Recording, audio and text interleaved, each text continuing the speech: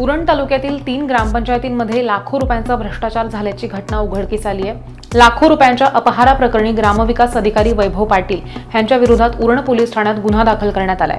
दरम्यान उरण तालुक्यातील केगाव, चाणजे, खोपटे, बांधपाडा या 3 ग्रामपंचायतींमध्ये वैभव पाटील हे ग्रामविकास अधिकारी म्हणून कार्यरत होते।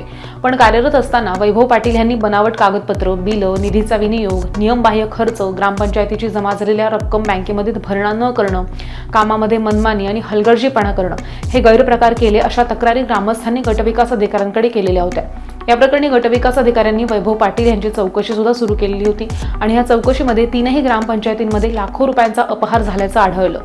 तर ग्रामविकास अधिकारी वैभव पाटील यांच्यावरती उरण पोलीस ठाण्यामध्ये गुन्हा दाखल झालाय। तर पुढील तपास सुद्धा सुरू असल्याचं पोलिसांनी सांगितलंय।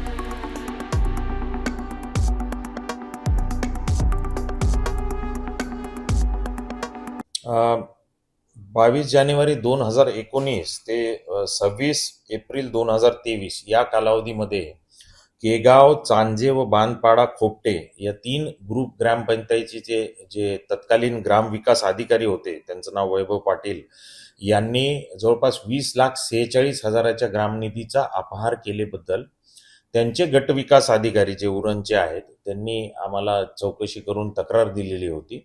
या तक्रारीवरून आपण उरण पोलीस स्टेशन येथे अपहाराचा गुन्हा दाखल केलेला आहे आणि या गुन्ह्याच्या अनुषंगाने आपण आरोपीचा शोध घेतला। आरोपी अद्याप मिळून आलेला नाही आणि या अपहाराबाबत आपण इतर शासकीय कार्यालयातून कागदपत्रे गोळा करत आहोत आणि या गुन्ह्याचा तपास सपोनी खाडे करत आहे।